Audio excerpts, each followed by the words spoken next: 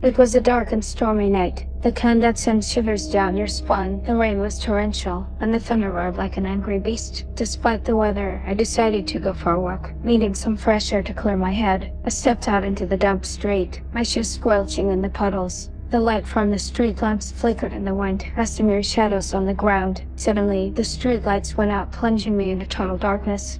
I froze, heart pounding, and tried to calm myself down, but then I heard it. A low growling noise coming from somewhere behind me. I turned around slowly, but I couldn't see anything in the pitch blackness. Shaken, I started walking again, picking up the pace. The rain was falling harder now, making it difficult to see or hear anything. Suddenly, I felt something brush past me, and I screamed, thinking it was some sort of monster or ghost. But as my eyes adjusted to the darkness, I realized it was just a stray dog, darting off into the shadows. Soon I came across an old abandoned house, its windows shattered and doors hanging off their hinges. A chill ran down my spine, but I couldn't resist the urge to explore. As I cautiously made my way inside, I heard strange noises coming from deeper within the building. I followed the sounds deeper into the house, feeling more and more afraid with every step. The creaking floorboards beneath my feet seemed to echo through the empty halls, intensifying the fear that gripped me. Suddenly, I heard a loud thumping noise, and I froze in terror, but then I realized it was only my heart pounding in my chest.